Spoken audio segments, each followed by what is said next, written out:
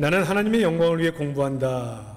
이 책을 지인환 군이 썼습니다. 목사의 아들로 태어났는데 개척교회 목사님이었어요. 여러 우여곡절 끝에 미국을 가게 됐고 미국으로 건너가서 부모님과 함께 미국에서 다시 목회를 하게 됐는데 이 미국에 가서 보니까 경제적으로나 또 적응하는 데 굉장히 어려움이 많이 있었습니다. 처음 이민생활 가면 다 힘들겠죠. 이때 이 부모님들이 옷장을 개조해서 기도실을 만들었어요. 모든 성공하는 민족이나 성공하는 가문이나 성공하는 단체들은 제일 먼저 기도실을 만듭니다. 이 기도실을 통해서 하나님의 역사가 이루어지는 걸 알기 때문에 그렇죠. 이 사람들은 그 수많은 경제적 어려움과 환경의 낯섦에도 불구하고 옷장을 개조해서 딱 들어가서 기도하는 장소를 만들었고 아버지 어머니가 힘들 때마다 그곳에 들어가서 기도하게 됐고 이 진원군도 어린 나이에 미국 가서 친구들과 만나니 영어도 안 되죠. 피부색 다르다고 또 왕따시키죠.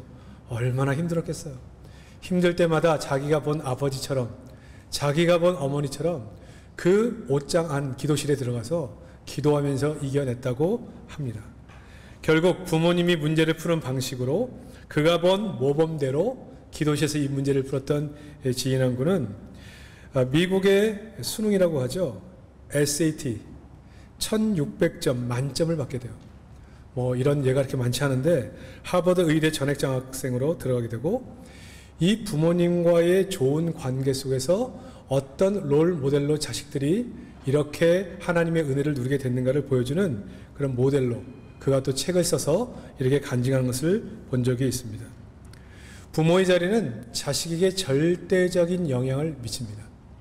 똑같이 새로운 환경이 힘들었습니다.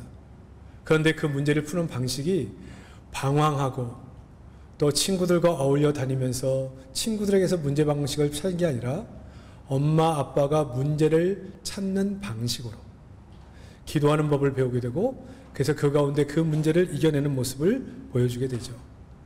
부모로부터 좋은 영향을 받은 이 아이는 전 세계에 어떻게 신앙이 어떻게 이 바른 자세가 환경의 어려움을 이기고 성공할 수 있는가를 보여주는 모델로 쓰임받게 됩니다. 우리 부모뿐 아니라 우리에게 가르치는 선생님들도 마찬가지죠. 절대적인 영향이 있습니다. 특별히 영어부 유치부를 담당하는 교사들은 우리가 그려주는 대로 그림을 그리기 때문에 우리가 그리는 그림이 절대적으로 인생에 영향을 미칠 수밖에 없는 거죠. 물론 유치원부 중고등부도 마찬가지입니다. 청년들도 마찬가지죠. 저는 오늘 이 본문의 말씀을 통해서 이 이사야가 이 어려운 시대 때에 어떻게 하나님의 사람으로 세워졌는가를 보면서 다음 세대를 어떻게 세워야 하는가 말씀의 은혜를 받기를 원합니다. 첫 번째, 하나님의 능력을 사용할 줄 아는 다음 세대를 키워야 한다. 어떤 세대요? 하나님의 능력을 사용할 줄 아는 다음 세대를 키워야 한다는 겁니다. 자, 이사야가 살았던 시대는 어떤 시대였을까요? 이사야 1장, 오늘 본문 1절을 보면 우시야 왕이 죽던 해. 우시야 왕, 어떤 왕이었습니까? 하나님 앞에서 열심으로 섬기던 왕이었어요. 그래서 하나님이 그의 재위 기간 동안 형통함을 주셨고 그냥 물을 당겨오고 영토를 확장시키고 지하수를 개발하고 그리고 농사도 잘 되고 목축업도 잘 되고 그래서 부유한 삶을 살았던 시대였습니다. 하지만 이렇게 풍요로움이 계속되자 우시야가 말년에 교만하기 시작하죠. 그래서 제사장만이 할 수 있는 제사를 자기가 월권해가지고 자기가 그것까지 드리겠다고 그래가지고 하나님의 책망을 받게 되고 결국 나병에 걸리게 돼요. 왕위를 계속 이을 수 없어서 결국 아하스에게 넘기게 되는데 아하스의 통치 때부터 나라가 흔들리기 시작합니다. 사람들은 혼란스러운 이 나라 분위기 속에서 먹고 마시고 향락에 빠지고 부어라 마셔라. 여자들은 치장하고 사치를 부리고 막 그런 문화 속에 살았고 돈이면 안 되는 것이 없는 그런 시대. 그래서 이사야서 5장 20절에 의하면 선을 악이라 하고 악을 선이라 하는 재판도 돈으로 바꿀 수 있는 재판관도 살 수 있는 그런 시대의 악한 시대를 살았습니다. 그러니까 사실은 정의가 사라진 시대죠. 이런 위기 속에 나라가 흔들흔들하니까 이 이방인들이 이때는 이때다 해서 침략을 자꾸 하는 거예요. 그러니까 시끄럽죠. 불안하죠. 두렵죠. 이 어두운 시대를 이사야가 살았습니다. 희망이 없었습니다. 절망만 있었습니다. 위기의 시대였습니다. 자, 이 시대에 많은 사람들은 먹고 마시고 붓고 그다음 창락으로 사치로 빠져가는 그때에 오늘 이사야를 보면 1절에 우시아 왕이 죽던 해에 내가 본즉 주께서 높이 들린 보좌에 앉으셨는데 그 옷자락은 성전에 가득하였고. 이사야는 지금 어디 있어요? 수많은 사람들이 향락에 빠져 먹고 마시고 춤추고 노래하고 사치를 부르고 있는 그때에 이사야는 성전에 앉아 있습니다. 그리고 지금 뭐 하고 있어요? 하늘 보좌 우편을 바라보고 있어요. 기도하고 있는 거죠. 하늘을 보고 있어요. 하늘 보좌 우편을 바라보고 있는 거예요. 하나님, 아무리 이 시대가 어려워도, 아무리 이 시대가 어두워도 하나님은 여전히 이 민족을 통치하고 계시고 하나님은 여전히 우주의 통치자인 줄 믿습니다. 하나님 앞에, 하나님의 손에 우리 민족의 운명이 걸려있는 줄 믿습니다. 외형적으로는 강대국에 의해 민족의 운명이 결정되고 돈으로 인생의 행복과 불행이 결정되는 것 같지만 이사야는 지금 성전에서 하나님을 바라보며 하나님 앞에 그렇게 고백하고 있는 거예요. 오늘 장로님 기도하신 것처럼 이 미국 지금 관세 전쟁을 벌이고 있죠. 전 세계를 대상으로 해서. 과거의 강대국은 어려운 나라를 원조해주고 도와주고 힘들 때 함께 해줘서 일어나게 하는, 그리고 세계의 안보를 책임져주는 경찰 역할을 많이 했는데 지금은 이 강대국조차도 자국 우선주의, 자국의 이익을 우선으로 하는 그런 시대를 살아가기 때문에 나라와 나라별로 진행하는 것이 굉장히 쉽지 않습니다. 하나님의 지혜가 필요하고 이 동맹을 잘 유지하면서도 이 민족이 이익에서 벌어지지 않도록 하는 것이 필요한데, 그래서 기도가 많이 필요하죠. 근데 이런 어려운 시대를 지날 때마다 우리 백성들이 힘들어요. 여러분, 지금 이런 관세 전쟁을 하면서 우리 국내 10대 기업의 절반가량이 이익이 점점 감소하고 있고, 어떤 기업은 초인류 기업은 거의 막 50% 기업 이익이 거의 가까이 떨어지는 그런 일들이 벌어집니다. 그러면 중소기업이나 그냥 일반 자영업자들은 말할 것도 없죠. 다 어려울 수밖에 없는 거예요.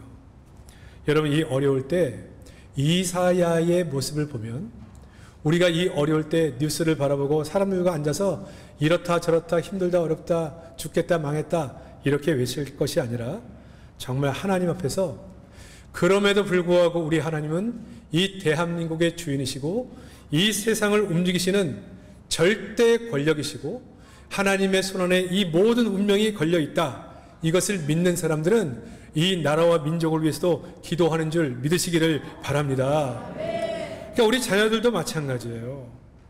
여러분, 우리 자녀들을 사랑하지 않는 부모가 어디 있습니까?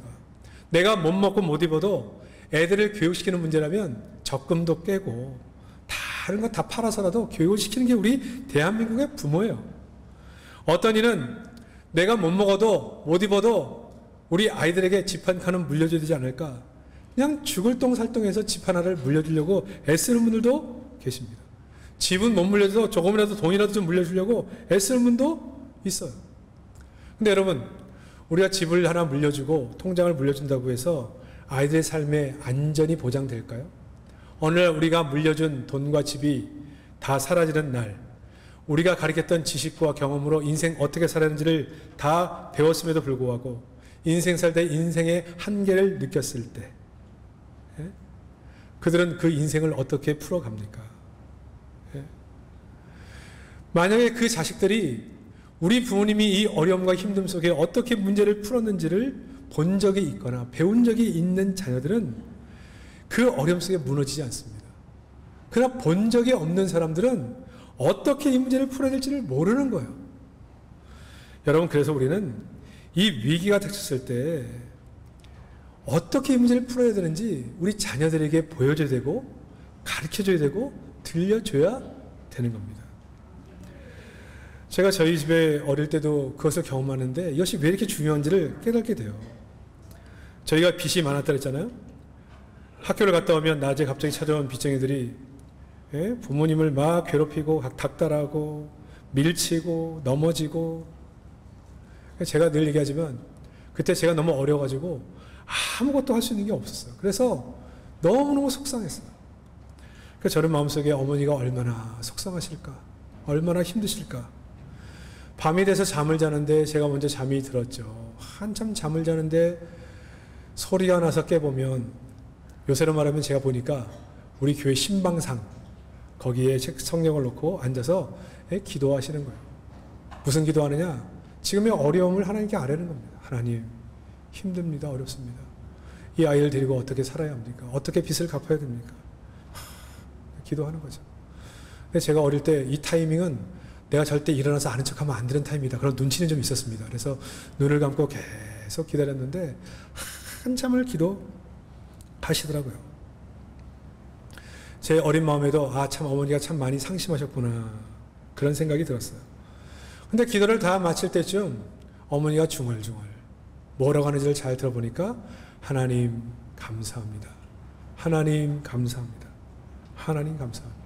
제 속으로 감사할 것도 많다. 지금 이 상황은 내가 어려도 지금 어떤 상황인지 아는데 뭔 감사.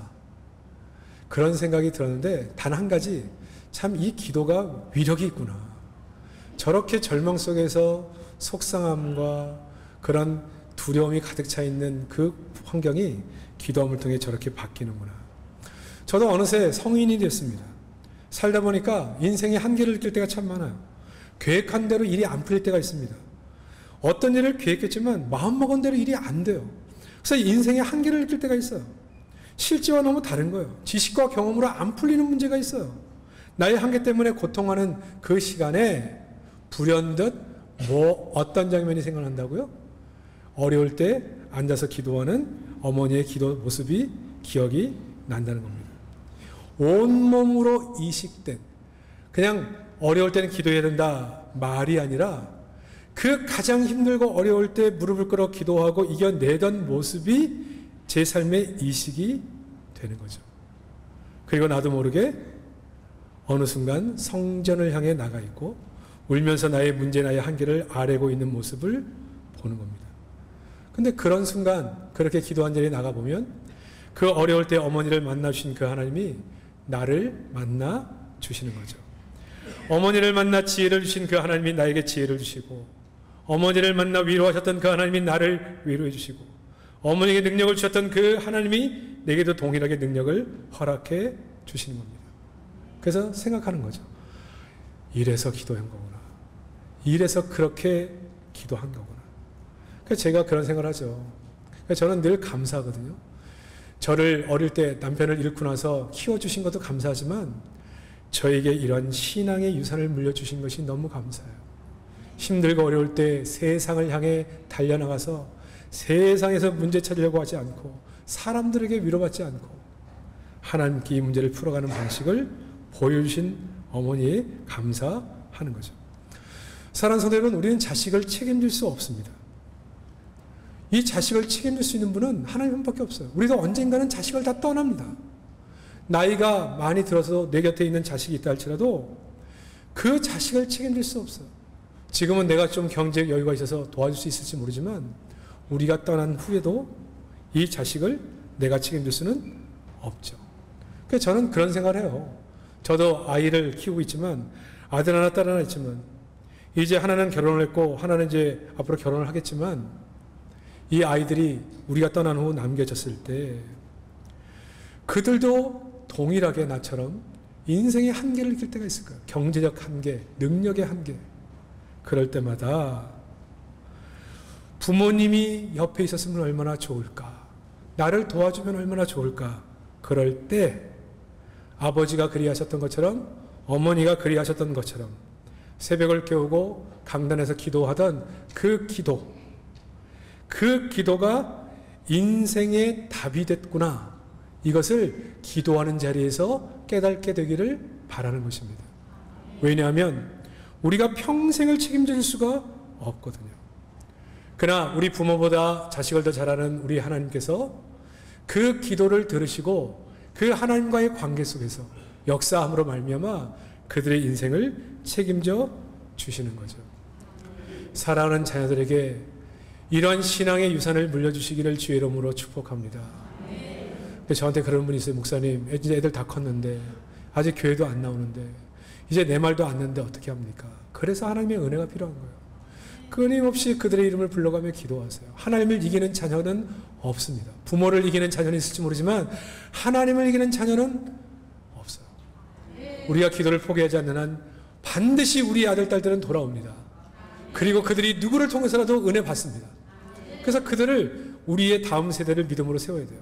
우리 교회도 마찬가지 아닙니까? 우리 선생님들을 만나서 우리 아이들이 성경학교 수련할 때 제일 많이 은혜 받을 때가 성경학교 수련이 아닙니까? 그럴 때마다 우리 선생님들이 어떻게 은혜 받았는지, 어떻게 힘들고 어려울 때 이 문제를 극복했는지 보고 배우는 사람들. 그 아이들이 신앙을 배우는 거예요. 안 믿는 부모 밑에서 나온 우리 아이들이 이곳에서 선생님들을 보면서 신앙을 배우고 그 신앙을 따라서 자신의 신앙이 갖춰지고 그렇게 해서 자신의 미래를 살아가게 되는 거죠. 이것은 우리 교회 믿음의 선배들도 마찬가지예요. 우리 교회 나온 지 얼마 안 되신 믿음의 후배들이 계실 때 믿음을 하나님 보고 배우지 않거든요. 먼저 믿은 사람들을 보고 배워요. 그분들이 어떻게 예배하는지, 어떻게 기도하는지, 문제를 만날 때 어떻게 문제를 푸는지 그걸 보고 신앙을 배우는 거예요. 우리 믿음의 좋은 전통을 물려줘서 이사야처럼 어려운 시대에 등불 같은 인물이 되는 놀라운 다음 세대가 있는 우리 교회가 되기를 주의 이름으로 축복합니다. 두 번째는 다음 세대에게 건강한 자아상을 물려줘야 됩니다. 자, 6절, 7절. 때에 그 스라비 하나가 화저로 단에서 취한 바 핀 숯을 손에 가지고 내게로 날아와서 그것을 내 입에 대며 가로되 보라 이것이 내 입에 닿았으니 내 악이 제하여졌고 내 죄가 사하여졌느니라 하더라. 우리가 예수님 만나면 먼저 우리 죄를 깨닫게 되고 우리 죄를 용서받게 되잖아요. 그러니까 이사야가 하나님을 만나고 나서 제일 먼저 했던 것이 뭐냐?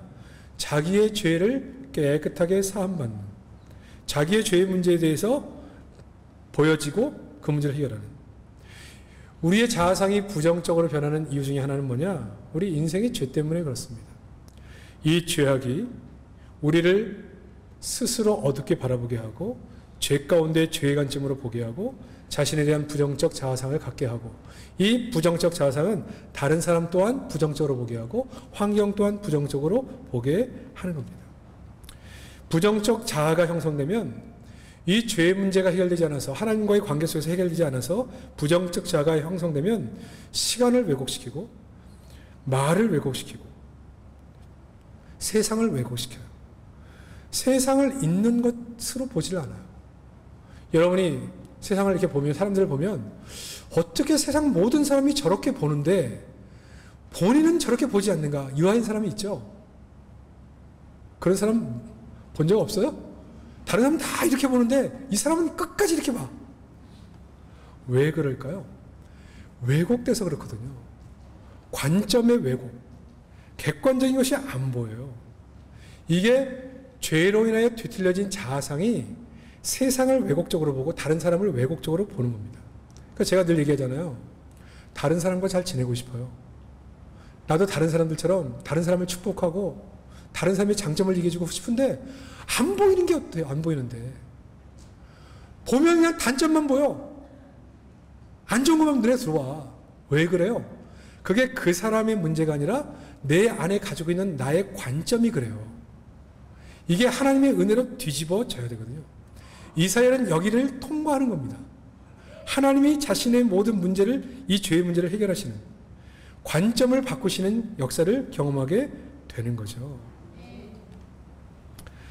여러분, 그래서 이런 자아상이 바뀌는 것까지 나아가야 돼요. 어릴 때 이쁘다는 얘기를 듣고 자란 아이들은요, 자기가 이쁜 짓을 자꾸 하려고 합니다. 때로는 이렇게 얄미울 때도 있지만 그래도 건강한 게 좋아요. 딸로 태어났는데 이웃집 아줌마들이 올 때마다 어우, 이 집 아들은 장군감이다 막 그러면 그 얘기를 들은 이 딸은 아, 내가 여성답지 못하구나, 이쁘지 않구나, 그런 생각을 하게 되죠. 그래서 다른 사람들 앞에 이 외모적인 측면에서 말하는 것을 굉장히 예민하게 생각하죠. 왜? 이미 열등감이 됐어요. 이미 컴플렉스가 된 겁니다. 그러니까 이것이 영향을 인생에 굉장히 많이 줘요. 자신감을 갖는데도 영향을 많이 줘요. 대인관계도 영향을 주는 거예요. 이런 영향을 가장 많이 주는 사람들이 부모님이고 가장 많이 주는 사람이 스승들이에요. 왜? 가장 영향을 많이 받으니까. 그래서 여러분, 신앙으로 아이들을 가르칠 때 그들의 죄의 문제를 해결하고 나서 자신을 하나님의 관점으로 바라보는 훈련을 시켜서 이 자아상을 바꿔줘야 됩니다. 그러니까 저는 어릴 때 굉장히 우울하게 컸거든요. 그럼에도 불구하고 특별히 교회와 어머니가 저에게 항상 그렇게 얘기해 주셨어요. 너는 앞으로 큰 인물이 될 거야. 너는 하나님이 반드시 써 주실 거야. 나는 속으로 택도 없다. 나 같은 사람 누가 쓰겠냐. 그렇게 생각했지만 늘 이런 얘기를 들었어요. 여러분 사도 바울을 보세요. 자기의 육체 가운데 가시가 있었잖아요. 안질과 간질. 여러분 이게 아이들이라고 한번 생각해 보세요. 아이들이 학교 갔는데 갑자기 쓰러져 거품 물고 막 부들부들 떨고 애들이 얼마나 놀래요. 그 아이를 친구로 삼고 싶겠어요?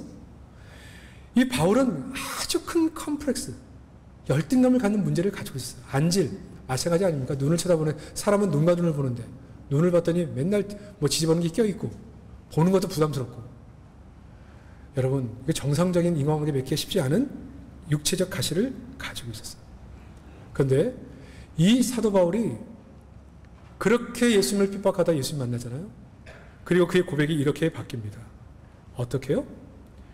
내가 약할 때 어떻게 했다는 거예요? 하나님이 강함을 허락해 주셨다. 여러분 놀라운 일 아닙니까? 내가 약할 그때 곧 강함이라. 내게 지금 있는 약함은 하나님의 영광을 위해 내가 교만하지 않도록 주신 하나님의 선물이다. 그러니까 여러분 부정적 자아상을 가지고 있을 때는 늘 원망했어요. 나를 이렇게 낳아준 부모를. 왜 나는 이렇게 살아야 하는가? 세상을 원망했어요. 자기를 왕따시키는 사람들을 싫어했겠죠. 그래서 더 공부 열심히 했는지 몰라요. 물론 집안은 좋은 집안이었지만. 왜 내게 이런 권한을 주느냐? 세상을 원망했어요. 예수님 만나 자기 죄를 해결하고 건강한 자아상을 갖게 되면서 뭐라고 얘기하느냐? 이것은, 이 약함은 나에게 강합니다. 하나님의 영광을 위해 내게 주신 선물같이 그걸 받아들이는 거예요.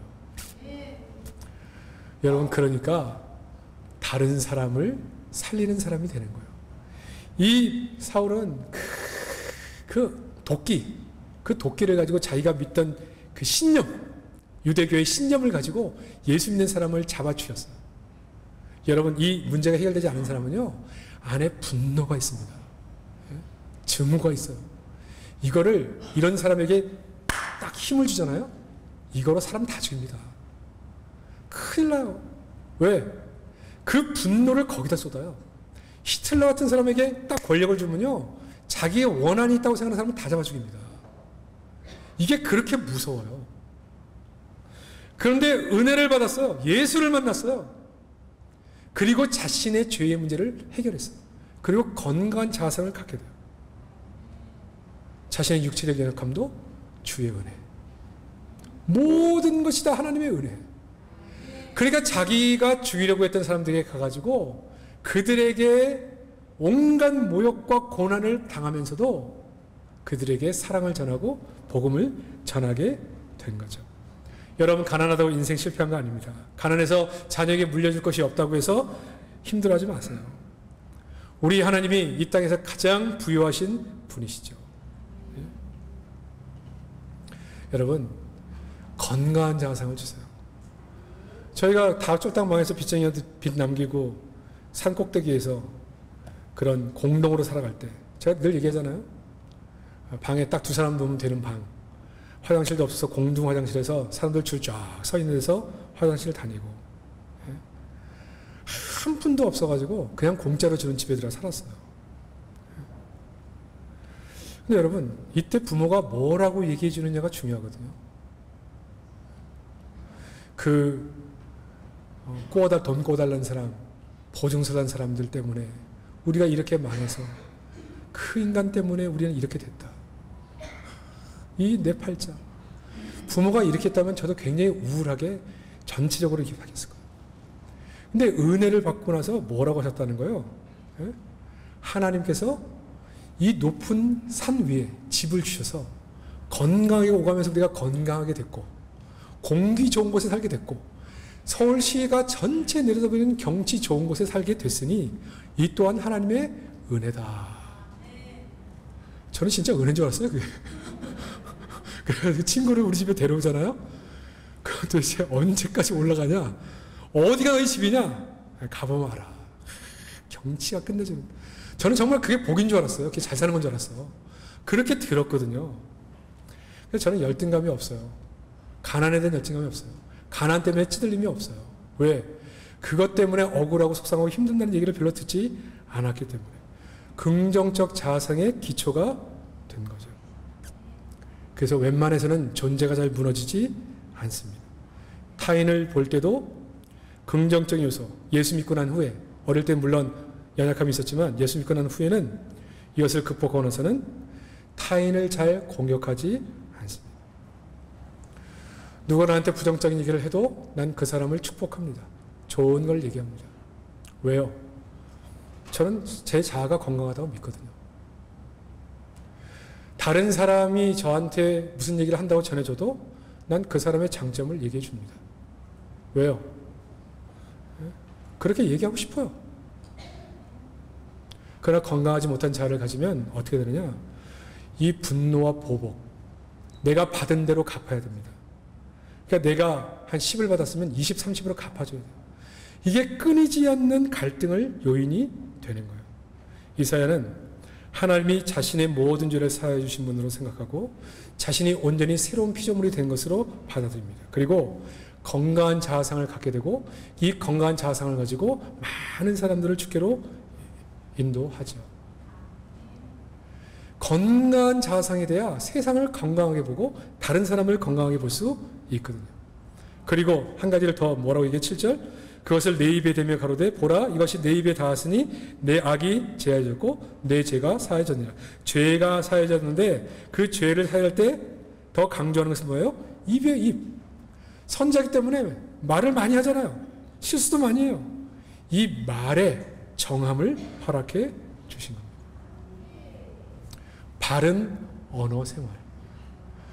여러분 은혜로운 언어를 써야죠. 은혜로운 언어. 그 말을 들으면 고상해야죠. 성도들의 말은. 근데 평생을 듣고 본 게 그것밖에 없는데 어떻게 해요? 그러면 그것이 나에게 영향을 줘서 자꾸 내 말이 상스러워지는 거예요. 표현 자체가. 바른 언어 생활을 하게 하려면 역시 마찬가지예요.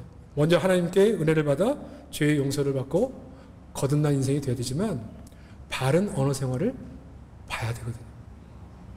저는 욕을 할 줄 모릅니다. 여러분 아시잖아요. 중고등학교 때 욕이 안 들어가면 말이 안 되는 중고등학교를 지났어요. 근데 왜 욕을 안 하느냐? 욕하는 사람이 주변에 없어요.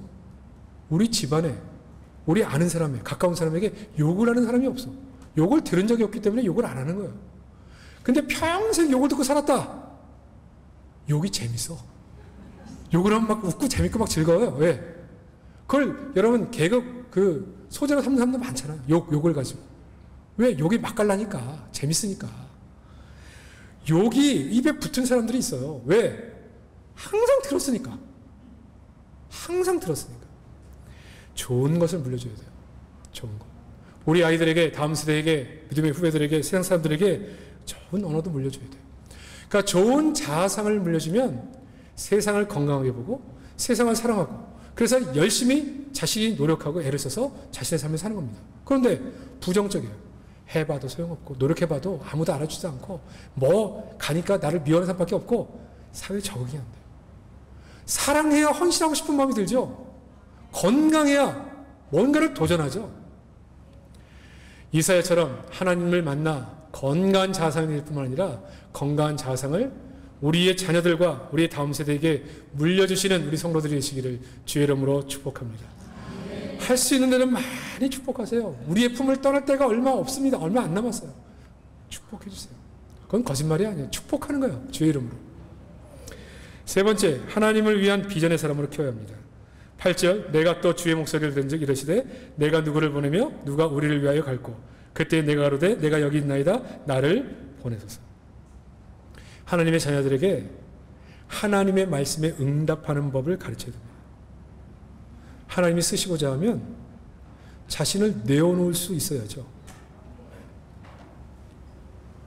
여러분 이것도 사실 우리에게 부담이 되는데 이것도 봐야 돼요.